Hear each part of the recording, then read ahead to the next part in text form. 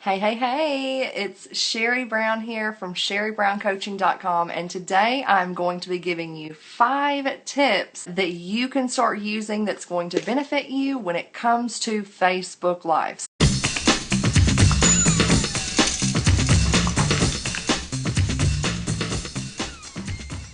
So let's go ahead and get right into these 5 tips. Here lately, I've been seeing quite a bit of people going live on Facebook, and what they're doing at the beginning is they talk about what they're going to be talking about, which is great. People want to know like what you're going to be talking about. But then they sit and they wait and they say, all right, well, I'm just going to wait a few minutes to see who's going to hop on. Okay, see, and what happens is you lose people when you sit here and wait, because here's the truth of the matter. The majority of your views are going to be replay watchers, okay? So the majority of your views are going to come after you have already gone live. Number 1 tip, get straight into the content. Do not announce that you are going to sit here and wait for people to join, because you have about 8 seconds to capture somebody's attention, because the real deal, we have like a lower attention span than fish, okay? So get straight into the content, get straight into the point, otherwise you're going to lose people. Now, tip number 2, keep your Facebook Lives to 10 minutes or less. Now, there is an exception. So if you are doing some type of training, it could be a little bit longer if you're training on a particular topic, but ultimately you want to keep your lives 10 minutes or under. Why? Because nobody wants to sit here and watch a stinking movie on Facebook, right? Get your content, get it out there, keep it concise, to the point, and then end it. Let's go ahead, tip number 3, and that is to ask questions. So a lot of the times, if you watch me live, you will notice that I ask questions like, number 1, I'll tell people, hey, drop into the comments who you are, where you're viewing from. I might ask a question and say, hey, drop a 2 into the chat if you are currently using Facebook Live. Now, there's a couple of reasons why I do that. Number 1 is because I love engaging with people. People love for you to mention their name and interact and engage with them. But there is another reason why I ask questions and why I engage, and that is to hack Facebook's algorithm. And what I mean by that is, number 1, I have an advantage in the newsfeed. Like when you use Facebook Live, Facebook's like Oprah. They're like, you're in the newsfeed, you're in the newsfeed, I'll put you in the newsfeed, you're in the newsfeed. You see what I'm saying? Like Facebook wants you to use their feature. So ultimately, I'm going to get in more people's newsfeed just because I'm using it. However, I also will ask questions and get people to comment so that it increases the weight of my Facebook Live, because the more comments you have coming in, the more likes you get, the more engagement on your post. Facebook says, hey, people are liking this. So you know what? It's a double hack, and they're going to push it out into even more people's newsfeed. So let's go ahead, hop right into this. The 4th tip, if you are going live from a cell phone, which that's really the only way you can go live, because you can't right now on a desktop, but it's coming. So here's the thing. Right now you're watching me, right? And guess what happens is you feel a bigger connection to me, because when you're watching me, I am looking you straight into the eyes. But that's because I'm looking at my camera dot. So if you have a phone, you have a little camera dot, and that's what you need to be looking at. When you look at the camera dot, people feel a sense of a bigger connection with you, because it feels like you're looking them straight in the eye. So stop looking at yourself and start looking at that camera dot. Yes.